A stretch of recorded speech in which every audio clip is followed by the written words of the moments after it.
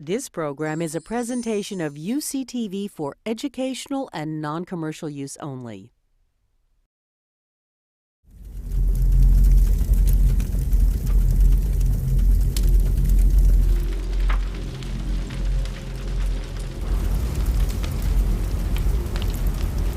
As we're shooting this today, California's in its 32nd day of a major wildfire siege in the northern and central parts of the state.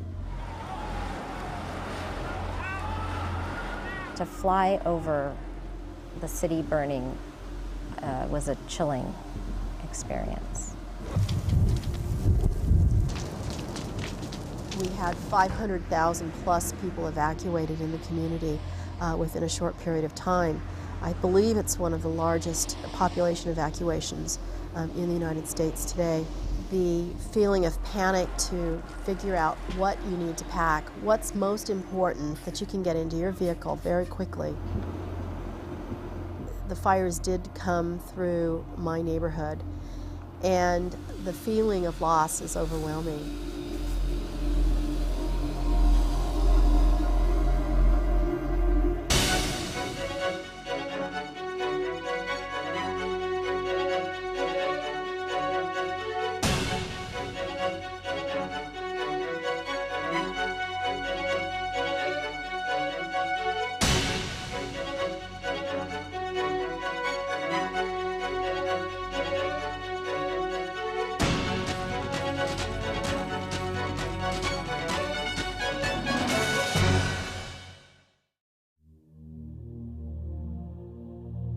Welcome. My name is Dr. John Blossom. I'm here with you today in the Office of Emergency Services for the County of San Diego. Were there to be a disaster, this place would be a veritable beehive of activity. Let me ask you a question. Have you ever wondered why it is that you don't see more chaos in the event of disasters? Well, there's a reason. There are systems in place that have been carefully designed for law enforcement, health professionals, fire responders to work together. This series is designed to help you have a better understanding of how important it is to prepare for disasters.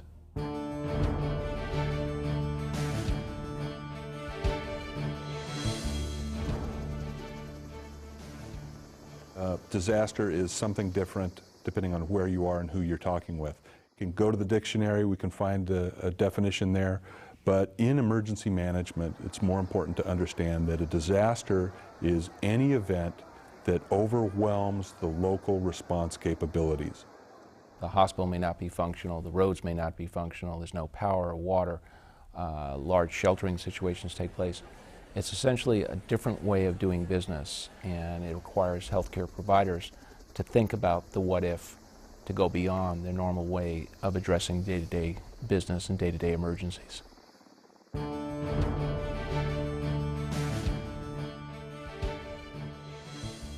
Dr. Christian Sandrock has been of immense value to me as we've planned the content of these shows. He's our medical expert on a number of topics, and I'd like to introduce you to him now. Christian, could you share with our viewing audience what it is that you do for a living? Sure. I'm an infectious disease, pulmonary and critical care physician at the University of California, Davis School of Medicine. And I mostly specialize in emergency preparedness, and I also do some work as the deputy or assistant health officer in Yolo County. And we've worked a lot with both local, state, and federal planning on many emergency preparedness projects. Christian, what are some of the organizational tools that we rely on in preparing for and responding to a disaster? Well, I think the overall preparedness and the overall response is really contained inside of the larger plan that you have. And I think one of the common threads I see through all of this is this idea that the response is very structured and organized. It doesn't matter if it's a complex emergency, humanitarian assistance, or if you're regionally planning. All disasters are local, so you should start your disaster plan with what you're going to do, what your family's going to do, what your local community's going to do, and set your plans in place all the way up to regional, community regional, state, and national. And I think if you start that way and build a plan that is cogent and flows, then number one, you're better off, your community's better off. There's less confusion, less chaos, and less complications when a disaster occurs.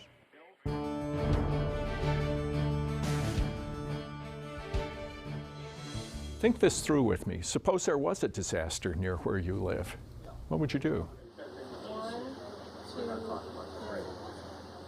Everyone has a role to play. You may be in a tiny rural hospital that doesn't even have an emergency department, but you may see emergency patients in a disaster. You may work for an ambulance service that usually only does interfacility work and don't really do emergency work. All bets are off when there's an emergency, when there's a disaster, and we're talking about a real disaster, not a bad car crash, but a real disaster where we have hundreds or thousands or tens of thousands of casualties or even more.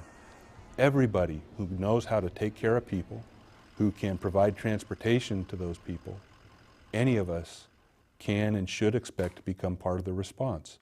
Could you share a little bit about what your thoughts are on the role of health professionals in the event of a disaster, with specifically not the experts, the first responders, but those of us who don't do disaster preparedness and emergency medicine regularly? When we look at emergency preparedness and disaster response, medical professionals, whether it be nurses, doctors, medical assistants, dentists, psychiatrists, psychologists, all of them really are going to be severely needed, and we will be severely limited in their resources. We know that about 80% of patients after a disaster will self-refer, and you can sit back and rest assured that you're not an emergency center of any sort, but you're kidding yourself. People will come by design or under their own steam, they will come.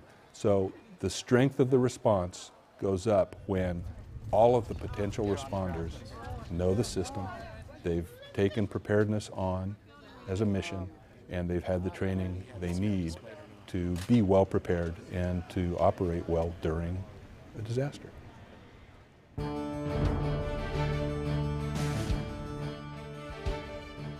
From the hospital side or the clinic, you can have a plan that's functional for your own institution, and then up to at least the county and the regional level, and finally the state, and ultimately the feds. And at each one of those levels in disaster response are plans. And those plans sort of give the general guidance and structure for disaster response. So, for example, the incident command system is really that sort of command and control structure that allows everybody to sort of have a mission or an objective-driven task in disaster response. So that's ICS. Yes, that's also known as ICS. The Incident Command System, or ICS, was developed by the Fire Service in California to deal with large-scale wildland fire events. The precepts of it and the organizational model comes from the U.S. military. What Fire Service did was to understand that in a large-scale wildland fire event where they're putting thousands of firefighters into an area, that they needed to have an organized structure for making decisions in the command structure. They needed to understand how to order resources and create a logistics support structure and not be in competition with each other along the way, all trying to put out a particular fire.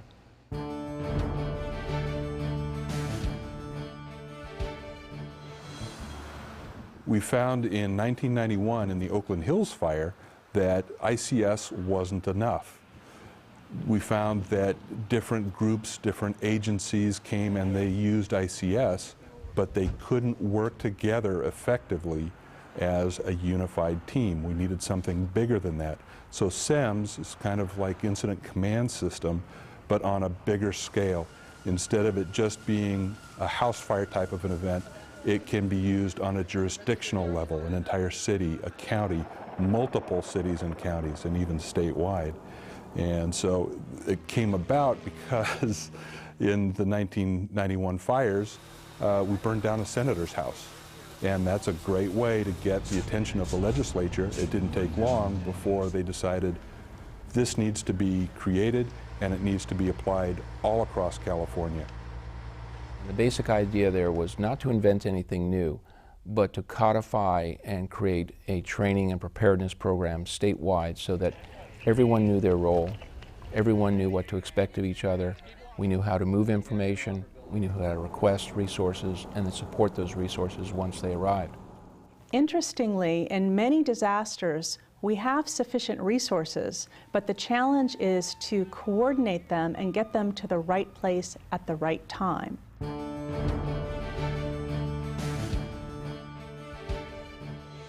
Obviously, if you're going to respond and request equipment, so more medical equipment like vaccines or antivirals or a ventilator, that also has a larger structure of how you request those resources, how those resources are procured, and how they're passed back down to the local entities. And that all falls under a much bigger umbrella of what we call NIMS, or the National Incident Management System. Essentially what it does is create a nationwide framework and organizational structure and set of policies and procedures so that every individual, every organization understands in an organized way how we set priorities during a disaster, what we can handle in the first 12 hours, what we'll handle in 2 or 3 days. Depending on where you live in the country, on a day-to-day basis, you face the prospect of many different types of emergencies and disasters. It's really dependent on the hazard that you face in your area. You could be in the tornado belt in the Midwest. You could be in the Southeast where hurricanes happen. It's absolutely true that there's no reason that you can't have 1, 2, or 3 disasters coexisting at the same time. Case in point, the Loma Prieta earthquake. The initial event was an earthquake. The following fires were the disaster. And then following that, there was flooding because the ground material had changed so much following the earthquake that it couldn't hold the groundwater. It's been said that California has 4 seasons: wildfire, flood, mudslide, and earthquake. And there's something to be said for that. Because we've had so many disasters, it's a large place, it's a heavily populated place, it has coastal areas, it has mountain areas, it has deserts, you name it. And it has technology, it has large population centers. So we get a wide variety of disasters, and we get them often.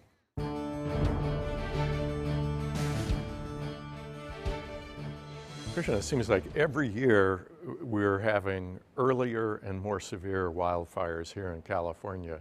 I'm hearing about them from other states as well.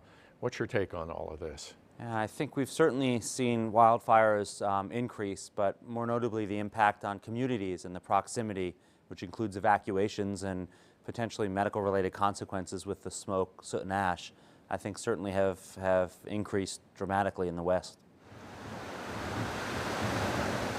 In 2007, the day is still very clear in my mind. I was sitting at a musical, and it just so happened that there was a chief of fire that was sitting in a row ahead of me, and we had just talked briefly, and we had talked about the weather. I actually happened to be in Chicago at the American College of Chest Physicians annual meeting, and at the time, interestingly, there was nothing on the internet or the media in Chicago that there was any event of significance happening in San Diego.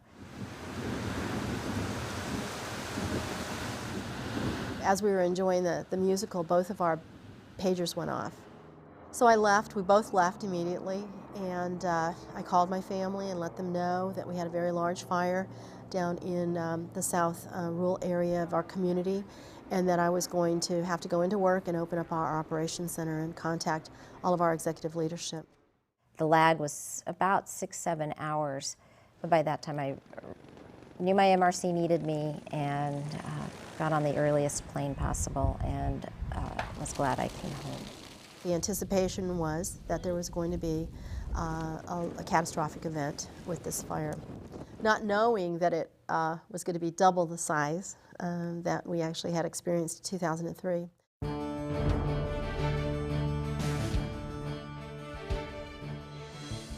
So Christian, now I have an important question. What kind of plan do you have for your family in case of a disaster? You have a lot of responsibilities, could be called out. What would happen?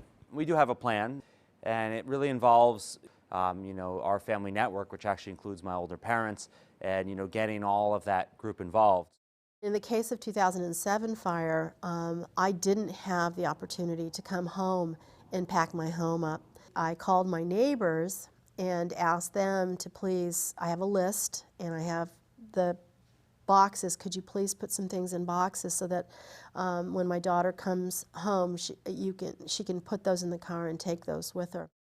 We obviously have ways to communicate, because obviously if it's a local disaster, the local lines and cell phone lines won't be functional, but you can often call overseas and longer distance, so having those external contacts becomes important. Do you have a meeting place for your family? Do you have somebody that you might call outside of the state? Then and only then will you be able to help other people. We really didn't look at those details of what really does it include when you're talking about taking care of your family. We thought about mom and dad or your children, but we didn't think about the extended family, that is aunts and uncles, and a lot of the geriatric population that many of us are taking care of now, as well as our pets. Some people will not come to work unless they can assure that their pets have been cared for. And there have been situations where people have actually brought their pets to work. I remember one in New Orleans where they took a baby crib and turned it upside down on this puppy to keep it in place while the physician went to work. And lastly, having supplies and storage at home becomes paramount as well. I probably do have things in my kit that are expired and need to be rotated, which is actually one of the difficult things to maintain, but having that kit at home and having it ready is also equally important. One thing that I do is keep a corner of my garage. It was, the Cub Scout, Girl Scout section when the kids were in Scouts, with the tent, the stove, some propane, some water. Do you have a 72-hour supply of critical items such as medications, such as food and water? So personal preparedness first, because if you're not personally prepared, you're not going to be able to help anybody else.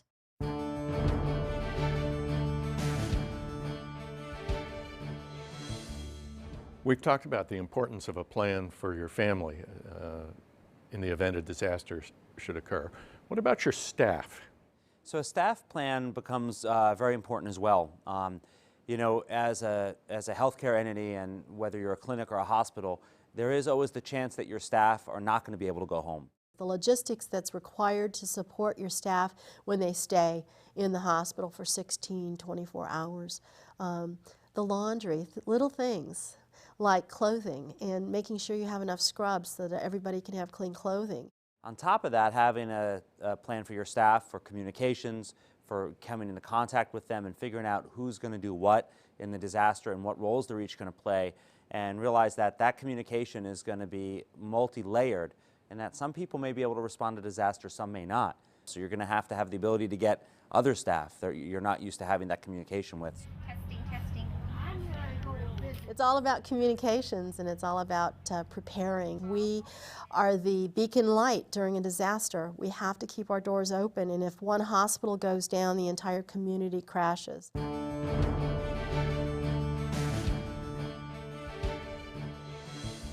I gather information management and communication is quite important during a disaster. Yeah, when you look back at the tons of drills, exercises, actual real disaster response, and you look into the after-action reports, communications is always one of the top problems that exists. And what's an after-action report? So an after-action report means whether you have a drill or actually a real response to a disaster, you'll actually list out the things that went well and the things that need improvement, and really dig into making those changes in your plan and your response structure. Yeah, I think out of lessons learned with San Diego 2003 fires was our WebEOC application that the county purchased. This gave us real-time information. Information and intelligence management is the process of taking in information that's available to you about your incident, what it's doing, what it's likely to do in the future. We're able as healthcare providers to take a look and see where the fire lines are, what the evacuation plans are. We can pre-plan with valid information coming from the fire departments versus listening to television. and really help us anticipate what the behavior of this event is going to be 2 hours, 24 hours, or 5 days from now. Many people nowadays do not have hardline phones in their homes. And so those that only relied on cell phone did not receive the reverse 911 call for evacuation. The same with our organization. When we went to call everyone at home, we didn't have cell phone numbers, and so we were unable to contact them. If you rely on landlines and those are taken out in the disaster, you don't have alternative methods. So you have to get creative to have multiple layers of redundant communications should a primary, secondary, or tertiary method be removed from that process. And within a short period of time after the fires, I think it was within a month and a half to 2 months, they purchased a reverse 911 system called Alert San Diego, so that when an evacuation, mandatory evacuation occurs, they can send it out via reverse 911, so it improves the communications tremendously. You know, communications is always a very big issue, and that can include multiple levels, which would be just even communicating between colleagues and having that ability to communicate regularly, communicating with outside agencies, so you're able to get, you know, information and situational status and awareness from other sites and other agencies that can feed into you.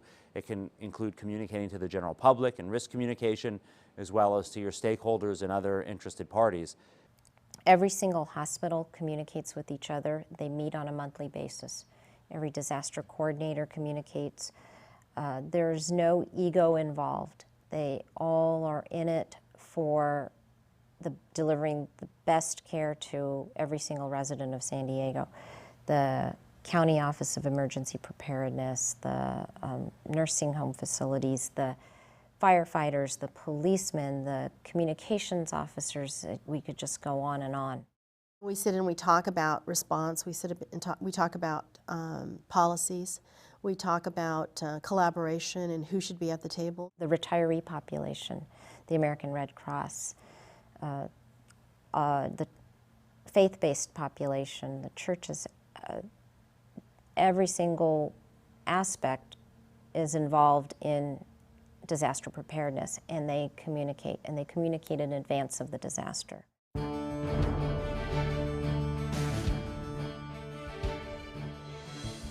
In natural disasters, hospitals, nursing homes, small group homes might be called upon to evacuate. What kind of thoughts do you have on evacuation? Evacuations of healthcare facilities are really actually scary events. It's a lot of work to do it, but more importantly, it's extremely risky to the patients. Hospital evacuation is a challenging topic. The decision whether or not to evacuate your hospital is a huge one. A week ago today, we were evacuating a hospital in the city of Paradise because of these fires. We had to evacuate 68 patients and another couple of hundred patients from neighboring long-term care facilities. You know, with nursing homes and with other healthcare entities, we obviously have elderly and at-risk patients who are very fragile. And even in the move itself, it could be detrimental, even causing death. And we certainly saw that after Hurricane Katrina, that, you know, many patients, even nursing home and hospital patients, died as part of their evacuations. So you want to have very clear policies and procedures and decision-making authority for when to evacuate a hospital and how to evacuate the hospital, because you can have injuries occur and even deaths during an evacuation. We used 3 ambulance strike teams to do that. You can't drive around the northern half of California now without seeing ambulance strike teams or fire engine strike teams on the move. What about special needs populations? So special needs being, you know, say for example, the elderly or, you know, certain patients, if you can imagine, they might require dialysis. You know, you have to really plan ahead to get them to a place that's going to have whatever their special need is. In terms of evacuation of medical facilities and nursing homes and assisted living facilities, and leadership and direction is vital. Certainly, it was a successful evacuation of a convalescent home that was attached to the acute care facility at Pomerado. It went very well. They called up all of the hospitals in town and did an assessment on who could take how many patients and what kind of staffing was required to go along with those patients. It really is an intricate process of planning and balancing triage and need. And their leaders definitely followed through and were committed to their patients, as well as all of the medical nursing home facilities in our area were strongly committed to their patients. We did not see any abandonment of anybody. They were able to evacuate Pomerado Hospital. I believe it was about 170 patients that were actually evacuated in about a 2.5-hour period of time, which was phenomenal. We planned 4 to 6 hours to evacuate a hospital, and this was done very quickly. Then it becomes a very complicated process of finding them a home, making sure that they can be safely transferred with the appropriate transportation, and then triaging those patients internally so you know that your right patients make it out of the hospital in the order of importance. It's amazing how quickly you work when you've got a fire right over the hill and you can see the flames. And in this case, for 2007, our entire community saw the flames. They were coming over the hill and from the city. When you looked at the cityscape, there were flames behind the city. So everyone was very, very aware of the fire in our path. So this just can't be necessarily a blind transfer always to another location. It has to be staged and planned appropriately, and that obviously feeds into your hospital evacuation. And all of these things can happen, and all of these things are effective because everybody on those teams, everybody on the engines, understands ICS, and by extension, they understand NIMS. This is huge because this isn't a California operation. Last I read, we had firefighters from all over the U.S., Canada, Mexico, Turkey, other countries. People who live outside of Southern California may not realize that the San Diego County Fairgrounds, where the Del Mar racetrack is located, was an evacuation site during the recent fires. When you think about this kind of thing, what comes to mind? Many of our fairgrounds are larger areas for staging, school gymnasiums, arenas. They're all really actually doubled or tripled, for that matter, as alternative care sites. I responded at Del Mar to a shelter that was mainly for animals, but quickly ballooned to over 2,000 adults and children. When I arrived, the shelter had been in operation approximately 12 hours and was run by an incident commander, a medical operations chief, who was a public health nurse, a volunteer pharmacist, and everybody was trying to meet all the needs of the nursing home patients, as well as all of the other evacuees that had arrived. These are sites where we'll be able to unload many patients, special needs patients that can fit in this area and can provide care. So if you're an elderly patient, you live at home and you normally get home health, and because of the fire or whatever disaster, you no longer have that. You may be a special need patient that's evacuated and brought to one of these shelters to get more closely monitored and cared for. The first day, everybody was very resilient, and what was wonderful to see is groups of people helping each other. The young were helping the older, and that was a wonderful thing. By day number 2, after sleeping in cots, and people had aches and pains, tempers ran a little short, and we did need to enlist the assistance of social workers. We actually set up under a tree and a TV tray. We had our behavioral health specialists out there, and they saw patients continuously while we were open there, the 12 hours a day we were there. There were many neighborhoods forming with partitioned off areas for their belongings, their loved ones, their pets, and a mini home-like environment. They needed psychosocial support. They needed that hug. They needed reassurance that they were going to be okay, and the confidence that somebody was there to give them the right information in the right direction on how to take care of themselves and their families. As medical professionals, we needed to go and round in the shelters. People did not want to leave their pets, their family, to then seek medical assistance. Many of these patients, especially, for example, in Hurricane Katrina, or for this matter with the wildfires, when they evacuate, many of their things are left behind. So they might not be without their insulin, their high blood pressure medication, their wheelchairs, all the other things that they're used to having.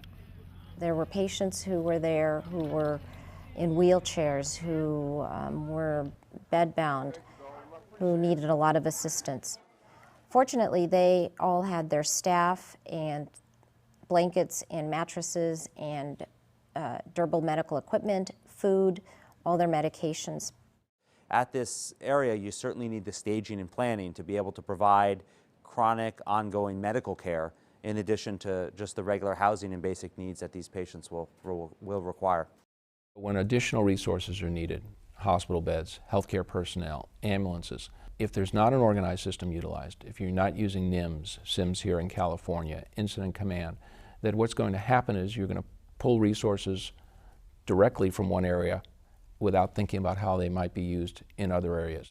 So we had a coordinated donation list, and that then was directly delivered to Del Mar Fairgrounds. So it was initially intended as a donation to Scripps, but Scripps then donated it to the county and to the Del Mar Fairgrounds. And so again, that's that collaborative effort within the community, and it could have only happened because we had that communications network in place. I think that knowing that you've done some good to help somebody through that day, that is what we're all here for.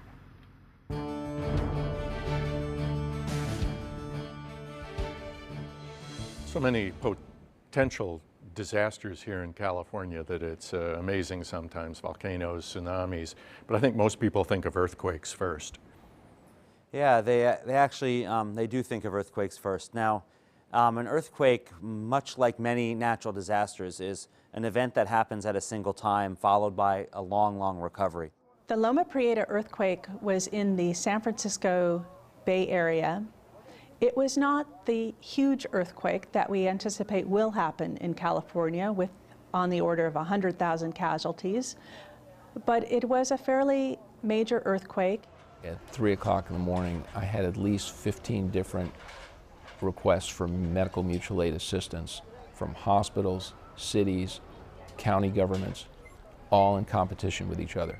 I was working at the county hospital on that night, and in reality, it was one of the slowest nights we ever had because communications were out for about 6 hours. The paramedics could not call us, and they assumed that we were very busy, and so they took major trauma patients to other area hospitals, and we only had about 6 major trauma patients that evening. There wasn't one voice speaking for the county. And the operational area concept, by providing that single point of contact, really enabled us in subsequent disasters to help manage our response and help locals support populace affected by the event.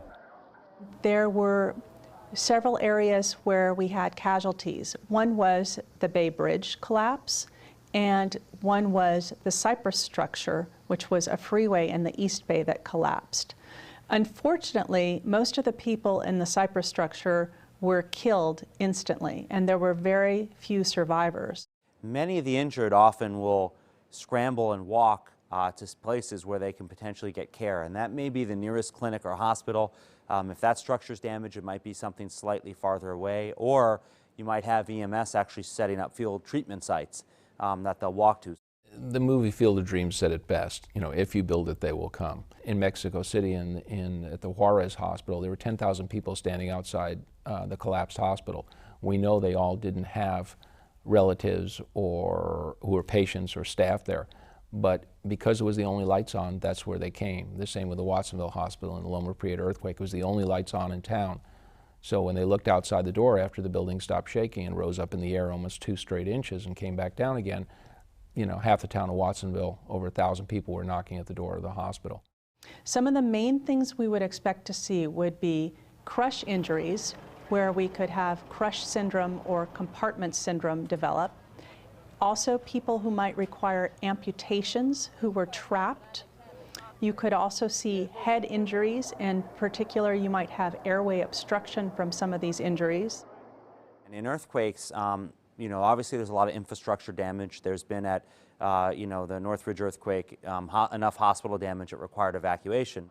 In studying the response to the Northridge earthquake, it became very clear that those hospitals that used the incident command system to coordinate and manage their activities did a far superior job in organizing their staff and maximizing the resources they had available, and bottom line, protecting and servicing the patients within the facility and within the community. About 95% of people are rescued by local responders and civilian volunteers within the first 24 hours after the earthquake. And that's why it's important to have local plans in place. Unfortunately, we saw examples wherein physicians, in all good conscience, trying to take care of their patients, were calling in resources that were very limited in their availability, and in some cases took those resources away from other more pressing needs. Then there are what I would call secondary illnesses that develop. People who don't have their high blood pressure medicine, who have an exacerbation of their hypertension. People who don't have their diabetes medicine, who might go into diabetic ketoacidosis. Also, in the initial aftermath of earthquake, there's been reported an increased incident of MIs, of heart attacks, and also childbirth. We see pictures of people delivering children on the lawn of a hospital. In order to get resources into the hospital through the community, the incident command system allowed for the right communication to the right authorities to provide those resources. In an earthquake where there's that disruption of the infrastructure, much like with any other natural disaster, the care and the staging is not always traditionally present right in the hospital as it would with other events such as an outbreak of infectious disease or potentially another natural disaster. The hospitals that utilized incident command system not only managed the disaster better internally, but simultaneously managed the external disaster as the community came to their doorstep, whether or not the hospital was functioning.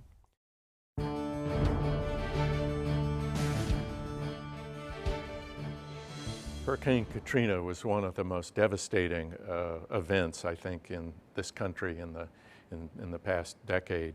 A lot of people have talked about the lessons learned, but for you personally, what is the takeaway from what happened there and didn't happen there? Well, there were so many things, but I think Hurricane Katrina, much like an earthquake or any other natural disaster, was something that required infrastructure and a response plan that needed to be followed.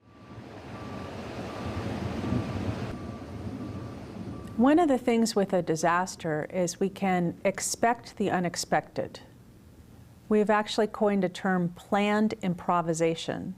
If you think through the scenarios and you have an incident management or incident command system in place, that gives you the flexibility to expand or contract that system to the needs. And so even though it's something you didn't expect, you have the resources or the infrastructure to deal with that problem. And people have had to do many very challenging things during disasters, such as working with critical patients in New Orleans with inadequate resources. I think what happened in Hurricane Katrina is that NIMS, or National Incident Management System, the ICS structure and the structured response wasn't really followed. And that included in the pre-phase, so when they were doing evacuations, planning, staging, and mobilization of resources prior to the hurricane's arrival, it includes that all the way through the complete response and the recovery. If we think back on the Katrina response, we had medical practitioners of every conceivable level descending on the Gulf Coast and neighboring areas. NIMS was relatively new and wasn't well understood at that point, including by the feds, and many of the shortcomings that we found in reviewing the Katrina response were based on exactly what NIMS sets out to resolve. There was no standard system, mobilization was a mess. Once people were there, their utilization wasn't always efficient, their operations weren't always safe, and they didn't always do the most effective and efficient job of taking care of the people in those communities that needed their help. So does it work for a nurse or a doctor, any of the health professionals, just to show up at a disaster? By showing up on scene, you can actually hinder the response, or you can actually become part of the initial injury, thereby being an extra casualty that someone needs to care for and making things additionally worse. So having that safe, organized, structured response is essential. One of the things that the nation learned from Katrina was that the outpouring of support sometimes was counterproductive. An example is a group of individuals who claimed to be nurses and physicians from a neighboring state who came into Louisiana. As the Louisiana healthcare official put it, we didn't know who they were, we didn't know who they treated, we didn't know what happened to the medical records, if there were any, and then we never heard from those individuals again. Agencies, individuals, vehicles reported spontaneously. They weren't requested, they weren't needed. When they showed up, because they were outside of the mobilization process, in many cases the impacted jurisdictions couldn't make good use of them. And so that's what the mobilization system is about. It's avoiding the freelance response and keeping it organized. When those resources arrived, and I can think of some ambulance providers, there was no one to receive them, there was no gas, there was no place for the ambulance crews to rest and recuperate, there was no structure to manage their time on the ground and direct their activities. So all we did was move the disaster from one location to another. At the same time, we were short ambulances here in our state because they'd gone out of California without being requested through a formal mutual aid system. Because mobilization is an organized, methodical process, there's no room in that for freelancing, for people to decide, oh, I'm going to go to this, I heard it on the news, or to respond spontaneously. It needs to be a legitimate request, and there are certain elements that we'll go into that are required for anybody to participate in an orderly mobilization. So this was an area that was already at risk because it had a high rate of special needs population. It had a number of people who didn't evacuate and stayed locally, and they were unable to get them evacuated. And then they had that lack of infrastructure immediately afterwards, followed by the lack of people with their plans and following their plans closely. We moved out from the convention center in that mobile field hospital situation to actually clinic support, giving vaccines, thousands of vaccines, and supporting the chronic illness that actually was really the priority at the time. As healthcare professionals, we are trained and we have the mindset to give everything to the sickest patients, to care for everyone. And in a true disaster with an overwhelming number of casualties, we will not have the resources to do that. Many people left without their medications or hadn't been seen by their physician in a 2 or 3 week period of time, and now we're dealing with hypertension and diabetes out of control and psych medications that were needed to be prescribed and things like that. We will have to use disaster triage. We will have to shift from focusing on taking care of an individual to taking care of the entire population. And in some cases, the care to the individual is comfort care only and not resuscitation.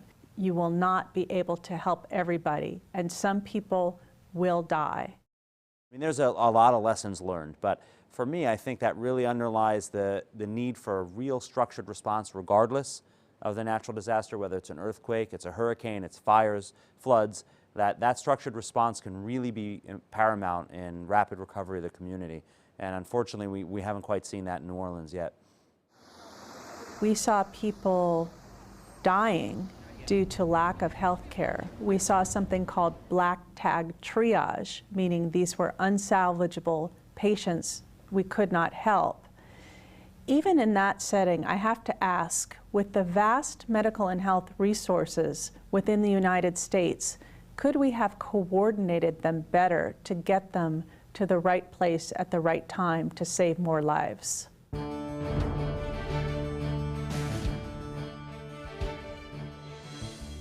In a natural disaster, chaos can reign. Drills and exercises, how do they help? Well, I think whether it's a natural disaster or any other catastrophic event, such as a terrorism or infectious disease event, disasters and drills are extremely important because they're really your chance to test your plan. Talking about it and listening to me tell you what a disaster may or may not do, it doesn't mean anything until you've actually gone out and trained and trained and trained and looked at the, got up and actually opened the boxes to see what's in it is there. It's important to have experience with the supplies that would arrive. To actually go out and drive down the roads that you might be going down if a disaster occurs, to see. It's those kind of things that you have to do to be able to be well prepared for a disaster response. And that need to test your plan is paramount and important. You don't want to wait until the real event to realize that your plan is a failure. You want to find that out through a drill and through a test where you can go back and then tweak and alter your plan in order to have those changes improve over time. You are likely to experience some type of disaster. So think through, what would you do? What would you do to protect yourself, your family, your pets, and what would your role be? Do you know what to do if communications are down? Do you know how to get access to resources you need? And do you have the proper training that you need to help victims of a disaster? They have multiple fires and flood drills here. They have the Great Shakeout in Southern California for earthquakes. So there's a plethora of natural disaster drills that happen all around the country that can at least offer you that outlet to test your plans more closely in a community setting. The state of California is holding the largest disaster drill ever done. The scenario plays out that there is an earthquake, a 7.8 earthquake in the Salton Sea that follows the San Andreas Fault up through Riverside, the Ontario Basin, and across to the Los Angeles Basin. But what follows the earthquake is also wildfires because of the significant damage to our oil and gas lines, and also to large structures. Where maybe the infrastructure of a hospital or nursing home or a facility is at risk, and that facility has to evacuate, and we might need to set up a temporary hospital right next to that place. So it's important to have hands-on experience with that equipment. Ultimately, a disaster plan is never finished. It's always a work in progress. So you're continually drilling, rechanging the plan, to drill it again, to rechange the plan, and it's that cycle that becomes extremely, extremely important. And after you've done that enough times, it really sets you up for success when you have to respond to a natural disaster. The state is looking at how we handle a catastrophic event with significant damage to transportation lines, freeways, railway, Long Beach, which is our port that supports the nation in about 70% of the export. But also looking at the communication lines and the utilities, utility failures that are going to occur across the state. How would those state assets be deployed? How would they be received? How would we unpack them? Where would the equipment be where they were needed? How would we set up our tents? Those seem easy to do on paper, but when you have to physically be there to do that, it's important to have exercised and gone through that and get familiar with what potential equipment might arrive, so that if you have patients at the same time, that logistical piece is already taken care of.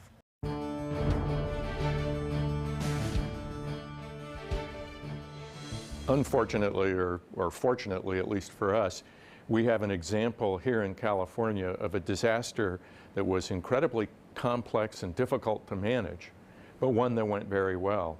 Larry Masterman is one of the experts that has helped us out.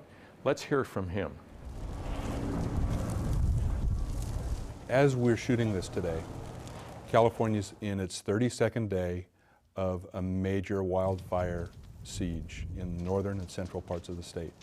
32 days ago, we had dry lightning storms that they counted over 5,000 ground strikes from the storms. At its peak, we had 2,096 separate fires. 33 of those, as of today, 33 of those are still active fires And even those that are no longer active, they have perimeters around those, they have containment, but many of them are still burning. We have a total right now of 15,500 personnel committed, 1,315 different pieces of equipment, including 90 helicopters. We've lost 956,000 acres so far. That's about 1,125 square miles of forest. We've also lost 262 different structures during the course of these. The complexity of this, it's been going on now for over a month, and the variety of people who've come in to help.